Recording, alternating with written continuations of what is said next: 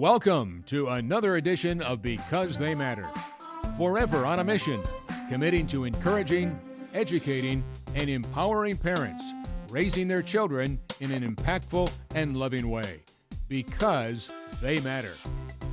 Now let's welcome our co-hosts, former single-parent mom and founder of Single Parent Advocate in Dallas, Texas, Stacie Martin. Also along, founder of Single But Not Alone and the reigning Miss Capital City, Illinois, Rhiannon Graham.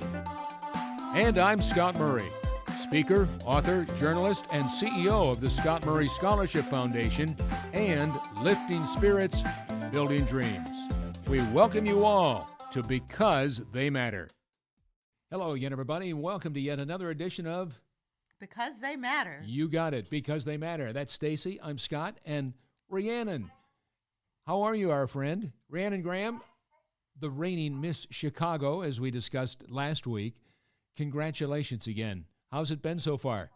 Oh, it's just been a whirlwind of experience and events coming up and just really trying to reach out to the Chicago area and Illinois to really make my impact in the community. So I'm just still on cloud nine.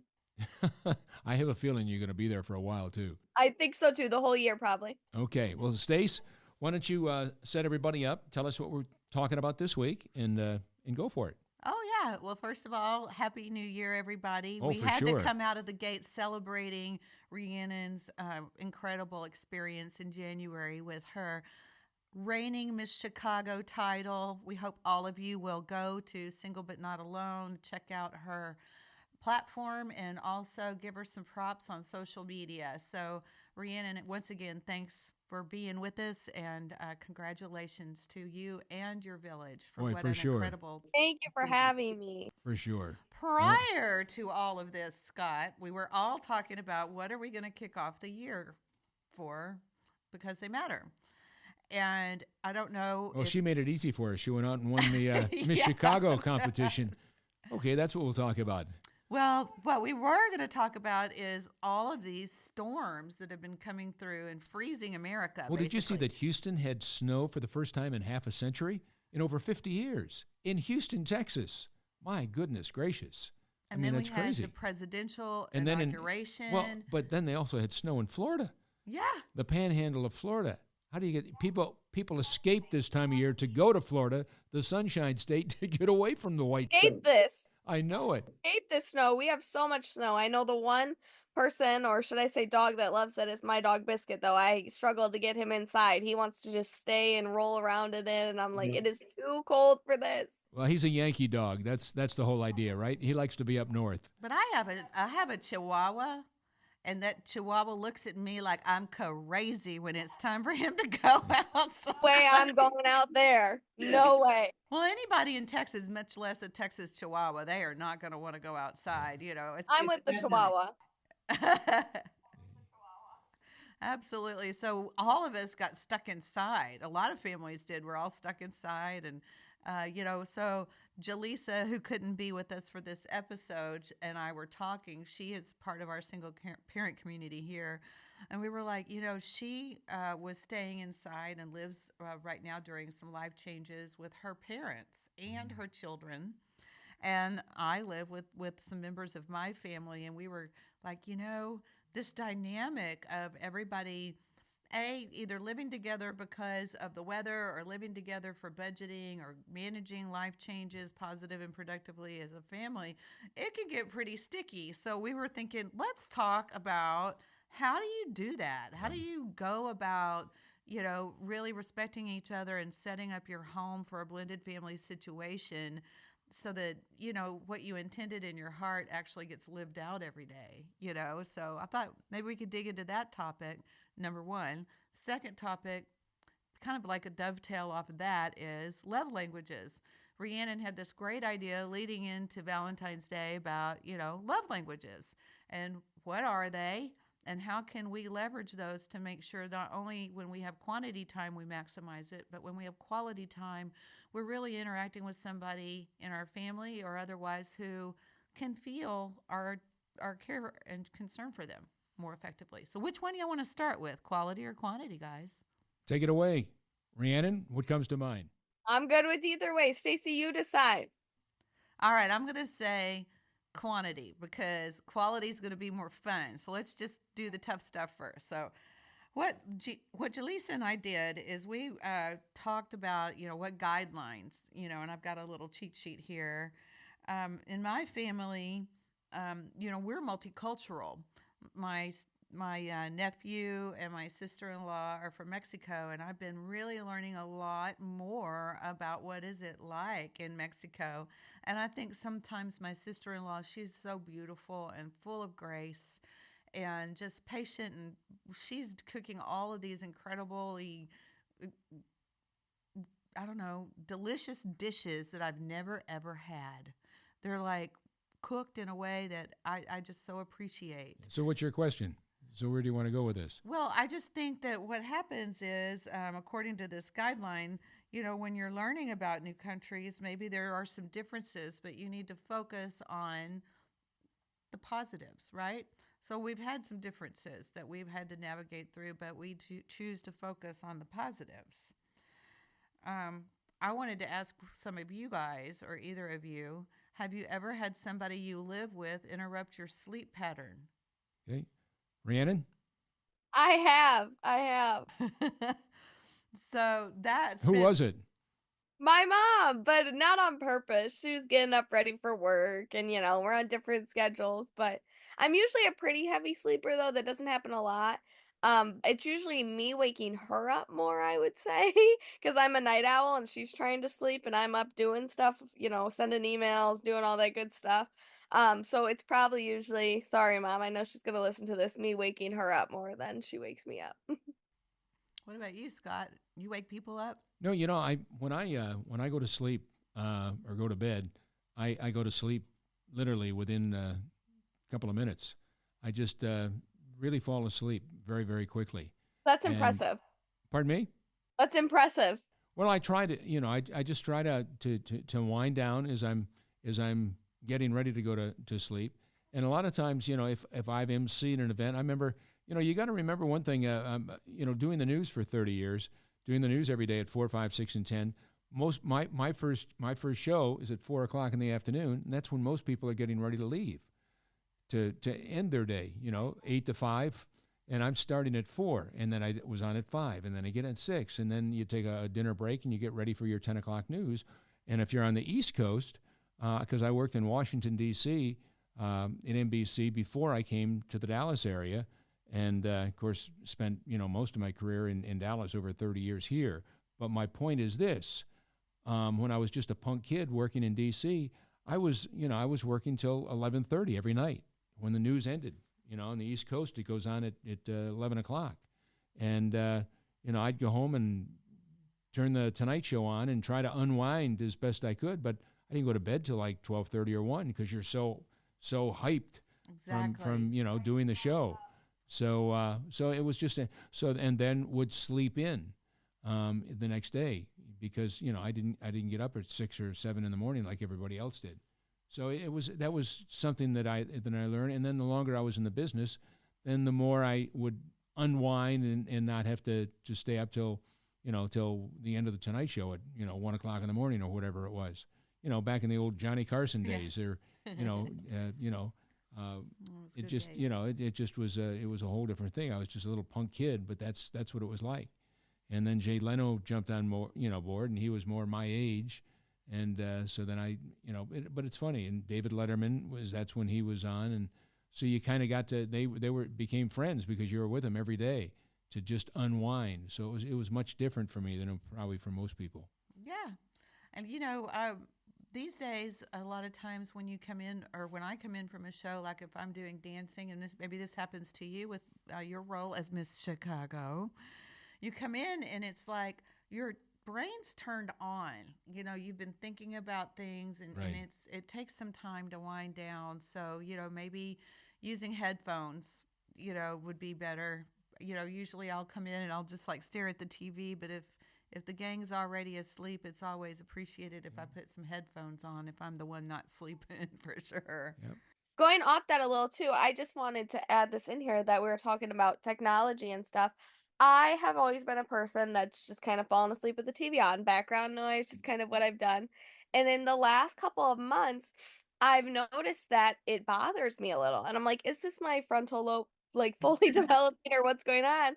But I read up about it a little and I learned that one of the most like things that disturbs our sleep the most is like the blue light from the TV, from our phones. So now I've been trying to get in the habit a little bit more of turning the TV off when I get really tired and about to sleep because that's what keeps our brain stimulated and going is having that blue light on. You're spot on, and that's why you tell people keep the phone away from you at night too. Right. A lot of people have that phone right next to them, right on the end table or wherever it might be. Get it on the other side of the room because it will affect your sleep. Your brain waves and the technology within the phone. So, yep, you're spot on. So good for you. Thank you. It only took me 24 years. You what? It only took me 24 years to figure Well, it out. we weren't going to talk about that part of it. That's all right. Well, I think that, one of the things that I learned about in my life is, okay, so there's pink noise, there's black noise.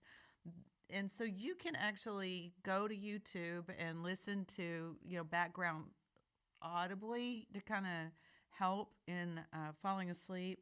And you could do that in earphones and your roommates can't hear it or your family members. It wouldn't bother them. Some people like the sound of fans too, like white noise kind of thing. That's relaxing. Ocean waves. Right. Yeah. Yep. Yep.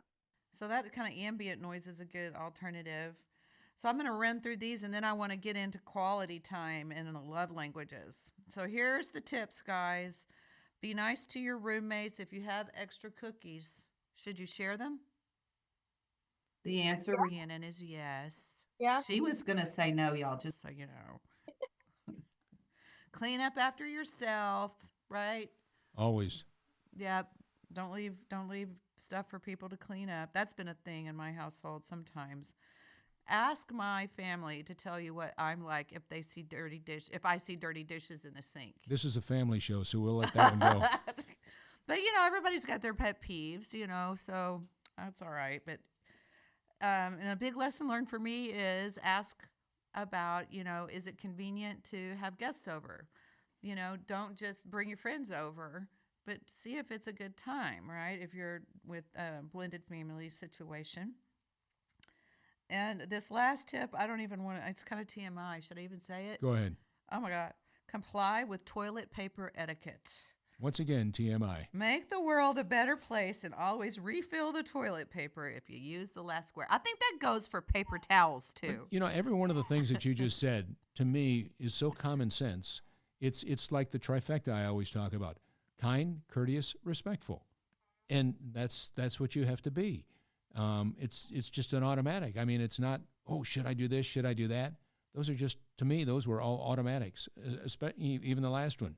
I mean, if the toilet paper has been used, then get it ready for the person that's coming up next. Because if you when I went away to college, I really saw a lot of the things you just said in full motion and everything. So I dealt with Hey, it's the elephant in the middle of the room, and I know I've had to grow and learn to, be in a smaller square footage, closer with my family, and I want them to know I love them, and I definitely, I've had to adjust some of my behavior. Maybe mom and dad, and again, this gets into the single parent.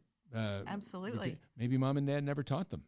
I had two of the greatest parents on the face of the earth, and I am like I am today as an adult because of my mom and dad.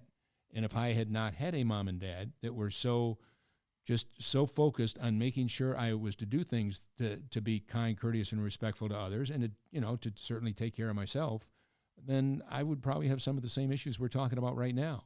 But I didn't come from a single parent family, and I'm most grateful for that because I wouldn't be where I am today were it not for the parents that I had. So I think there's a lot to be said and shows how important organizations like the two of you have both created for single parents, for the parent certainly, but for the children, so the children can learn. And that's, we talk about so many issues that are going on in our schools today. I think a lot of it comes from the fact that many of these children were just never taught properly. They were in a single parent scenario. Some of them are great, like obviously the mother that you have, Rhiannon, is a rock star, and I mentioned that in the show that we did the other day. When we were congratulating you on winning the Miss Chicago. I mean, your mother, you said, broke down in tears, but she is also proud, I'm sure, in a quiet way, proud of herself for what she was able to share in allowing you to be up on that stage and be crowned, because she probably had a great deal to do with that. Yes, I thank her for letting me share our story. Yeah, Yeah. that's exactly right. And unfortunately, a lot of these children, they just were never taught properly. And so, Well, and I don't think that's isolated just to be, kind of tell you. I don't think that's isolated to single parent oh families. no, that's not what I was Yeah. saying. Oh no, I didn't think you meant it that I'm talking way. about Yeah. parents that don't teach their children. So Or whether it's that single didn't get taught themselves, the parents, Mm-hmm. well, that might be too, but it's the parents. Right now, we're focused on what's the matter with those kids that they didn't change the toilet paper or whatever it might have been. Well, no, that So- wasn't the I topic. see this a That- lot too in my field of social work, working with families and students every day. You'd be surprised a lot of times of sometimes even the trauma that these families have experienced or the Yes. trauma that the children are going through, that it's not even a thought, basic things to do like that, because they've been in so survival mode Right. all of their life, that doing basic things like that to keep a household running, and your roommates and family, happy around you, that's not even a thought because Yep, they've been in that absolutely. mode. Yeah, absolutely. But it's because of the environment that they've been a part of is why they respond like they do and don't do things that they should do that are automatics to so many other Well, people. and I really like that we're talking about it. The way this article is closed, it talks about communicating, being honest with the people you live with, and just trying to tell them, what you notice, and also on the flip side of it, what bothers you, and then be open to them as well. and that it lack may of be a little tense. that lack of honest or positive communication is probably one of the big things that we deal with straight across the board. I call it my 3 T's: Mm-hmm. truthful, trustworthy, transparent. The 3 things that we want to surround ourselves with, those kinds of people, and the kind of person we ought to be ourselves. Be truthful, be trustworthy, and be transparent. And we do. We get, to Rhiannon's point, we get lost in life. We get lost in what's happening that we don't have control of, and to kind of be coming through that, and then possibly taking shelter together, whether it's from an ice storm or whether it's from one of life's storms, is nice to have a few little rules of the road. And so, I just thought with Jaleesa, since we're both in this situation where we're very, very, very lucky to have family to live with and to go through life together with, to share about that. And it's kind of like I said earlier before we switch into quality time, the elephant in the middle of the room, take a look at some of those simple things in your home that can, okay, I have this counselor. I'm going to say it like he says it. There's a lot of things that a lot of times we have whale poop in the middle of the room, but we treat it like chicken poop, right? And a lot of times we have chicken poop. This is not an R-rated show, Okay. Hang on. Okay. There's a lot of times we have chicken poop in the middle of the room, and we treat it like whale poop. So a lot of the practical things, when we have a lot of quantity time together, it seems like chicken poop, or it seems like whale poop, but it's really chicken poop. And we just need to make sure we manage it accordingly so that we can have quality time together. That's all I'm saying. So I hope that you guys enjoy whale poop and chicken poop analogies. So until next week. There was a method to the madness. I was just waiting for it. Where did that come from? Well, chicken poop is small, but Thankfully, sometimes it seems like it's big. I don't have any of that kind of poop in my kitchen. Well, there you go. Next conversation. Yes. Moving right along. All right, Rhiannon. Okay, guys, so that's it about quantity time. Now we're moving on to quality time. I'm going to turn the mic over to Rhiannon, who's going to talk to us about love languages. Yes, so for anyone that doesn't know, there's 5 love languages. They're words of affirmation, acts of service, receiving gifts, quality time, and physical touch. So I thought with Valentine's Day coming up, whether that's a spouse that you have, a partner, or whether it's your family, your child, that's your Valentine's, or even Galentine's, your girlfriends and friends. I thought we could just talk a little bit about what our love languages are, and what we think of the different love languages.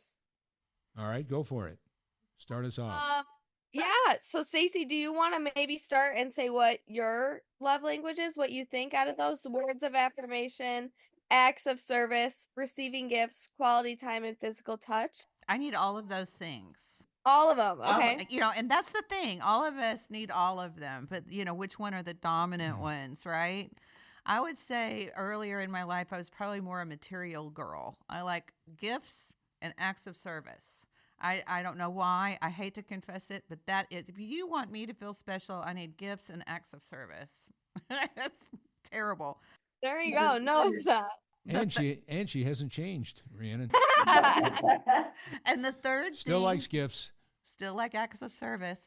And I would say the thing that I've become more aware of as I've matured is words of affirmation. That may have been my love language all along, that I maybe suppressed it. I don't know, but those three are definitely. I'm not much of a touch or time girl. I can really be different than folks that need touch and time. But those three are mine. What about you? I really think acts of service is mine, but not someone doing it for me doing it for others. Being in the field of social work, there's nothing more than fills my cup than helping those and doing acts of service for others. I really do appreciate words of affirmation too. I think that's my self-love for myself. I will tell myself when I'm just in the car with myself, like, you are beautiful, you are worthy, you are dedicated, just words of affirmation towards myself. Um, so I think that's towards myself. I think those are my two big ones, so. You know what? It's interesting you said that, because those are the two things I would have said, especially the first one. I get more enjoyment and really, with, Acts of service. yes, just whatever I can do, making a difference in the lives of those that need it most. As I've said for years in my keynote, live your life as a go-getter, but share your life as a go-giver. So making a difference in the lives of those that need it most by simply giving them a helping hand. And again, back to what Stacie had said, and what you said, Rhiannon, I think it's important to realize that you simply have to be kind, courteous, and respectful. It doesn't matter what it is. You can take all five of those things, but you just want to make sure that you can put a smile on somebody's face just because you're doing something that's an act of kindness to help them out. So they've got a smile on their face as well. Absolutely. And I think, a lot of times, let's say, there's somebody who really, really wants to spend quality time, and that's how they feel special, Well, and a lot of it depends on who it is, too. What was the last one? Acts of service, physical touch, receiving gifts. Physical touch. That's where I'm going. And I don't mean to be a smart aleck with what I'm about to say, but think about this. If it's a female, and at my age, and I'm touching a female, or hi, how are you? Giving. I'm a hug. My love language. I'm a hugger. I'm a hugger. So you give somebody a hug as you walk away and say, "Good luck." Be strong. Stay safe. Be smart.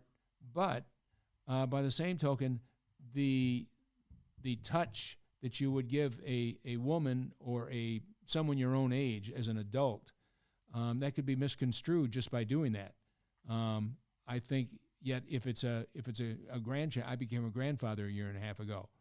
That's all I want to do is touch that little guy. He's my guy. He's my baby. So cuteness aggression, they call that. It's what? Cuteness aggression. You just want to hug them and squeeze them and love them. Exactly right. Exactly right. But so it's a totally different thing. So the baby likes that touch, and the hugs and the thing, and yet again, so. And we all need that. We all need all five types of. I agree with you, Stacie. All five are definitely very important, but I think, yes, different ones for, like you were saying, Scott, different people in your life. Yeah. So I think and ones for yourself too. Mm-hmm. That's right. I love that. Having a love language for yourself. That is huge. And I would say I agree with you guys. Acts of service is how I show love is, by giving or helping. Like that's how, but that's a thing too, So right? are you buying lunch today then? Is that an act of service? I'm getting on a plane. I'm getting on Rhiannon is coming down from Chicago. Oh, excuse me. Miss Chicago is coming down, leaving Illinois. You're buying lunch, Stacie, I'm coming. All right. Well, so now let me ask you this, Rhiannon. Let's say you're a parent with a child, and the child's love language is not the same as yours. How do you recommend in your research, we navigate that, and vice versa? If there's a child who, they have a different love language than their parent. Of course, if they're, a young child, it takes some time to get to know them and, help them get to know themselves. What would you say the best things to do as families or friends to get to know each other's love languages and then still maximize our efforts if maybe we're very different? Yeah. Well, I think depending on the child's age, of course, but if it's a more elementary, middle school, older child, I think it's important to have that open dialogue. Saying, if I was a parent, saying like, "Hey, I really appreciate our quality time. I really appreciate sitting down watching a movie with you. That's what fills my cup. That's what I love to do with you." And just expressing that, I think, is very important because if you don't express that, how is the other person supposed to know that that is Well, what they know. love? Yeah, Right. absolutely. Absolutely. So come out of the Okay, gate with it yeah. as the parent. We've got 4 minutes left. What do we want to get to that we haven't gotten to? Stace? Rhiannon? Anything that How about we just end with how we're going to do a little self-care over, we finish the first month of the year, January, which is usually can be the hardest for some families and people financially, mentally. How are we going in these next couple of weeks leading into February and being in February going to take care of ourselves? I would tell you both, I am going to a training class. This is what I'm doing for myself. I'm exploring my new chapter. What is my next 10 years going to look like now that I've gone through my changes in my life? And I'm going to class. I'm taking time to explore maybe some things I buried, maybe some things I haven't unearthed, maybe some things that have changed within me. And I'm going to be doing that for 90 days. And my second thing of self-love is I'm going to be getting my book finished and ready to publish. Yay! Can't wait to read it. How about it, Rhiannon? What comes to mind for you? Well, as being recently crowned Miss Chicago, I am getting my schedule in order with school, with events, with different opportunities, and making sure that I am making the most of this opportunity to make the biggest impact that I can. And I think that will be self-love to myself to have that mental relaxation that everything is in order. We know everything that's coming up, and it's in that paper planner that I've mentioned before. And we are open to things can always change. And since we know what's going on, we can have peace. Yes, amen to that. What about you, Scott? I'd say it's a good question. I probably stay on the same road I've been on for a number of years. Just enjoy making a difference in the lives of those that need it most. There's always somebody out there that's about to bang you upside the head or give you a phone call or text you or say, hey, can you help with this? Can you do that? So I just know those people are out there. It's just a question of finding them and them finding you. And I guess certainly lifting spirits, building dreams. That's what my foundation does. So Scott Murray Scholarship Fund, taking kids that don't have the wherewithal or don't have anybody in their family that ever went to college, and they don't have the wherewithal to get there financially, but they would like to set the tone for who they're going to be and what they're going to be and where they're going to go. So if you can make a difference in those people like that, it doesn't get any better than that. To put a smile on somebody's face and know that you made a difference in their life. Yep. You know And what that's else why you we're all do, doing Scott, this. that helps you take care of yourself? What's that? Scott will always eat healthy. Like that's one of the best ways I see, like whenever we have like at the golf tournament or some kind of occasion, he is a, very meticulous. Well, I am eater. boring in that. I've never smoked a cigarette, never had a cup of coffee, don't drink, Haven't had meat in 35 years. Way too much information. No, the coffee's the one that shocked me. I about just fell off this couch when you said you haven't had any coffee. I don't know what I would do without my coffee. Yeah, I just don't, and whether it's good, not so good. But I just try to I try to make everything as positive as I can. That's the key. Keep it positive. And lost my best friend to leukemia when we were both in second grade. Vowed I was going to be a pediatrician. Ended up doing television for 30 plus years. But I still make a difference in the lives of those that need it most by doing some of the things that I do every single day with nonprofits, especially children. So that kind of fulfills that need. And our acts of service, like we were talking about, is how Because They Matter came to be. You got it.